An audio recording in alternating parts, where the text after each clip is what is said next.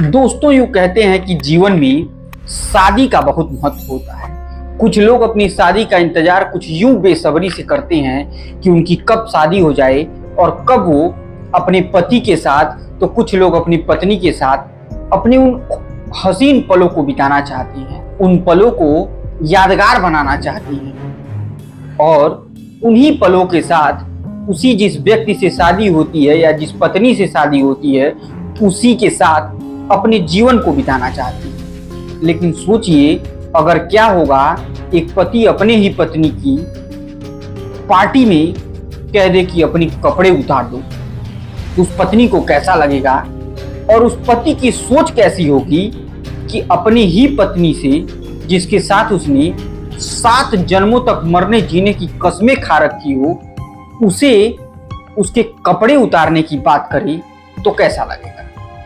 आज की कहानी भी कुछ ऐसी ही है और ये कहानी न सिर्फ पढ़े लिखे व्यक्तियों की है, बल्कि जिन्हें हम आज के परिवेश में कह सकते कि एक प्रोफेशनल लोगों की कहानी है। क्योंकि पति पेशे से पायलट होता है और अपनी पत्नी को अपने दोस्तों के सामने कपड़े उतारने के लिए कहता है। अब जब वो बात अपनी पत्नी से कहता है, उसकी पत्नी पहले तो इन बातों को मजाक में लेती है और हंसते हुए टालने की कोशिश करती है और अंदर चली जाती है। लेकिन दिक्कत उस पत्नी के लिए तब होता है जब वो पति उसे गुस्से से भरी आवाजों में बुलाता है और जबरदस्ती मजबूर करता है कपड़े उतारने के लिए, और तो और न उतारने पर उसे मारा पीटा तक जाता है। कुछ इसी तरीके की घटना है। उम्मीद करते हैं दोस्तों ये कहानी आप अंत तक जरूर सुनिएगा। और अगर आप चैनल पर नए हैं तो इस जुर्म के वर्चस्व की सीरीज में आज हम आपको एक ऐसी कहानी सुनाएंगे कि पायलट पति का डर्टी गेम, जिसे सुनने के बाद आपके पैरों तले जमीन खिसक जाएगी। तो अगर आप चैनल पर नए हैं तो कृपया चैनल को सब्सक्राइब और वीडियो को लाइक और ज़्यादा से ज़्यादा शेयर जरूर करिएगा। तो देर ना करते हुए दोस्तों हम सीधे कहानी पर आते हैं। दरअसल दोस्तों ये कहानी शुरू होती है उत्तराखंड के देहरादून से। जब साल 2011 में एक सोशल गैदरिंग की पार्टी रखी जाती है उत्तराखंड के देहरादून में, और उसी जगह पर एक से एक लोग आते हैं। उसी में से उस पार्टी में शिरकत करने वाली एक हसीन और खूबसूरत नौजवान लड़की आती है जिसका नाम अलीशा होता है। और अलीशा देखने में इतनी खूबसूरत होती है कि जैसे वो पार्टी में उतरती है सभी लोगों की नज़र उसी की तरफ चली जाती है और सारे लोग उसे एकदम ध्यान से देखने लगते हैं कि ये परी कहाँ से इस पार्टी में उतर गई। और सारे लोग जब इसे ध्यान से देखने लगते हैं तो उसी में एक व्यक्ति और आया होता है इसी पार्टी में, जो पेशे से इंटरनेशनल एयरलाइंस का पायलट होता है और जिसका नाम होता है अभय। अब अभय की पहली नज़र जैसे ही अलीशा के ऊपर पड़ती है वो पूरी तरीके से इसे अपना दिल दे बैठता है और सोचता है कि किसी न किसी तरीके से मुझे इस लड़की से एक बार बात करना है। और ये लड़की भी कम प्रोफेशनल नहीं होती है और ये लड़की भी फिल्मों में विजुअल इफेक्ट आर्टिस्ट के तौर पर काम किया करती थी, क्योंकि फिल्मों में रहने से उसी तरीके के तौर तरीके के पहनावे से लोग काफी अच्छे दिखने भी लगते हैं और समाज से थोड़े अलग भी रहते हैं। यही सब देखकर अभय को वो लड़की पसंद आ जाती है और वो किसी न किसी बहाने से जाकर अलीशा से बात करना शुरू करता है।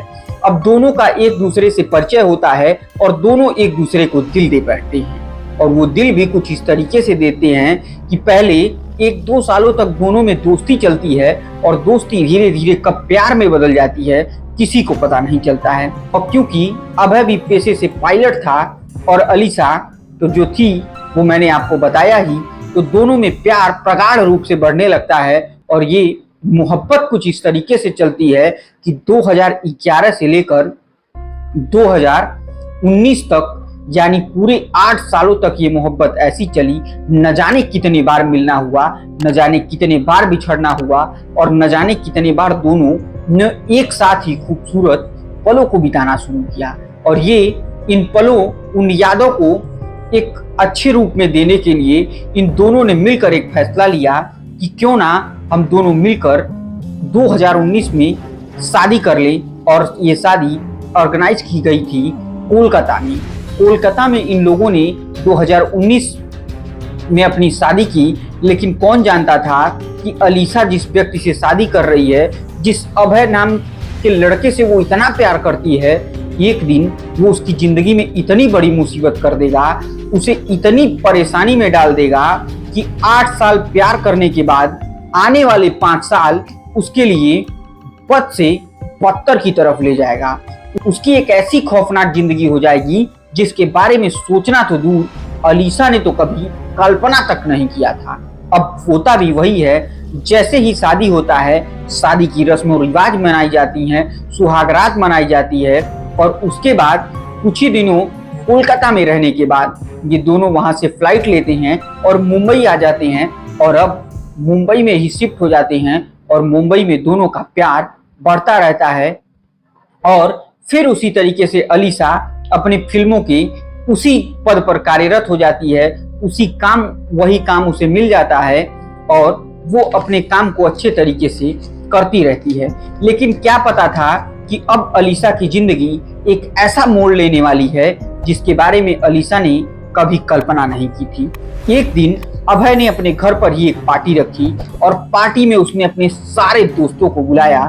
सारे दोस्तों को बुलाता है, सारे दोस्तों को साथ बैठता है, और सारे लोग मौज मस्ती मनाना शुरू कर देती हैं। और इसी दौरान एक ऐसी घटना घटती है जो अलीशा की जिंदगी को पद से पत्थर बना देती है। अब जैसे ही सारे लोग भोजन कर लेते हैं और दारू के नशे में आ जाते हैं, तो देखती है अलीशा कि सभी लोग एक सर्कल बनाकर बैठ जाती हैं, और उसी सर्कल बनाकर बैठने के दौरान में इन लोगों ने एक गेम खेलना शुरू कर दिया था, जिस गेम का नाम था ट्रूथ एंड डेयरिंग। दरअसल दोस्तों, ये एक ऐसा गेम होता है जिसमें सामने वाले को एक सच्चाई बतानी होती है और अपनी तरीके से कुछ ऐसा करके दिखाना होता है कि जो कोई भी ना कर सके। इस तरीके का इस गेम का एक चैलेंज होता है, और ये गेम खेला कैसे जाता है ये भी जानना आपके लिए बेहद जरूरी है। तो ये गेम ऐसे खेला जाता है कि 4 पंक्तियों में चारों तरफ से लोग बैठ जाते हैं, मतलब यूं कहिए कि एक सर्कल बना लेते हैं, और सर्कल में एक बोतल रखी जाती है, और उस बोतल को ऐसे घुमा दी जाती है। अब बोतल का मुंह जिस किसी भी व्यक्ति की तरफ आएगी उसे एक सच्चाई भी बतानी रहेगी, और उसे कुछ ऐसा करना होगा जिसको करने के लिए एक डेयरिंग की जरूरत पड़ती है, मतलब जो कोई ना कर सके वो आपको करके दिखाना पड़ेगा। और ये बोतल इसी गेम में घुमाई जा रही होती है, और इस गेम में शामिल होता है अभय। अब एक बार ऐसा होता है कि बोतल का मुंह जो है वो अभय के सामने आ जाता है, और जैसे ही उस बोतल का मुंह अभय के सामने आता है तो अभय तुरंत कहता है कि अरे ये तो मेरे ही तरफ आ गया। अब अभय से उसके दोस्तों ने एक सच्चाई पूछी, जो सच्चाई उसने वहीं पर बयां कर दी। अब बचता है दूसरे सवाल का जवाब, यानी कुछ ऐसा करना होगा जिसके बारे में लोगों ने कल्पना ना की हो, और उस तरीके की डेयरिंग उस व्यक्ति के अंदर होनी चाहिए जो उसको कर दिखाए। और इसी दौरान अभय ने अपनी पत्नी को बुलाया और पत्नी से कहा कि सुनो, इधर आओ और अपने कपड़े उतार दो मेरे दोस्तों के सामने। इतना सुनना था तो पहले तो एक बार अलीशा मुस्कुराती है और कहती है कि कैसे बातें करते हो, पागल तो नहीं हो गए हो। और यही कहते हुए फिर एक बार वो अपनी रूम में चली जाती है। लेकिन इस बार अभय तेज आवाजों में चीखते हुए चिल्लाते हुए उसको बुलाता है और कहता है कि मैंने कहा है तुम कपड़े उतारो तो कपड़े उतारो। अब अलीशा परेशान हो जाती है, और इससे जब वो मना करती है तो उसके साथ गाली गलौज किया जाता है, और यहाँ तक कि उसके साथ मारपीट भी कर दिया जाता है। और उसके बाद मजबूरी में आकर अलीशा को उन दोस्तों के सामने कपड़े उतारने ही पड़े, और धीरे धीरे करके वो एक एक कर पूरे उसके कपड़े उतार दिए जाते हैं। यूँ कह लीजिए दोस्तों की वही स्थिति हो जाती है जैसे महाभारत में हुई। लेकिन वहाँ पर तो उसकी इज्जत बच गई थी, लेकिन यहाँ पर अलीशा की इज्जत किसी ने नहीं बचाई। उसमें से बैठे हुए उन दोस्तों ने भी एक बार नहीं मना किया कि नहीं यार रहने दो, हमें पता चल गया कि तुम डेयरिंग के लिए कुछ भी कर सकते हो। और सब ने वो तमाशा देखा, वो घिनौना कृत्य देखा, और पूरे एक के बाद एक कपड़े उसके बदन से उतार दिए गए। अब इसके बाद दोस्तों ये कहानी यहीं से शुरू होती है और 19 से लेकर 24 तक ये कहानी चली।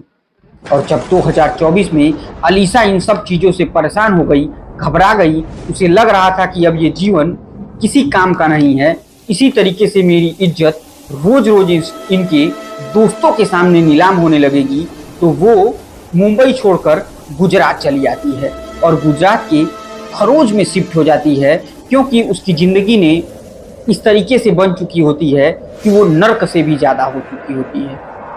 और वो सोचती है कि अब इस नर्क को आगे बढ़ाने से अच्छा है कि क्यों ना अपने प्यार के खिलाफ, अपने पति के खिलाफ शिकायत दर्ज कराई जाए, ताकि उसका मन जो इतना बढ़ चुका है वो अब आगे ना बढ़े। और शायद इस काम को अलीशा को पहले ही करना चाहिए था, लेकिन उसने देर कर दी, जिसकी वजह से उसने अपने जीवन को, अपनी ज़िंदगी को, अपने शारीरिक उत्पीड़नों को 3 से 4 सालों तक झेलना पड़ा, जो बेहद कष्टप्रद रहा उसके साथ। और उसके बाद उसने वहीं गुजरात के ही एक थाने में, जिस थाने का नाम पड़ता है अडलाज पुलिस स्टेशन में, उसने शिकायत प्रार्थना पत्र दिया, जिस पर FIR किया गया।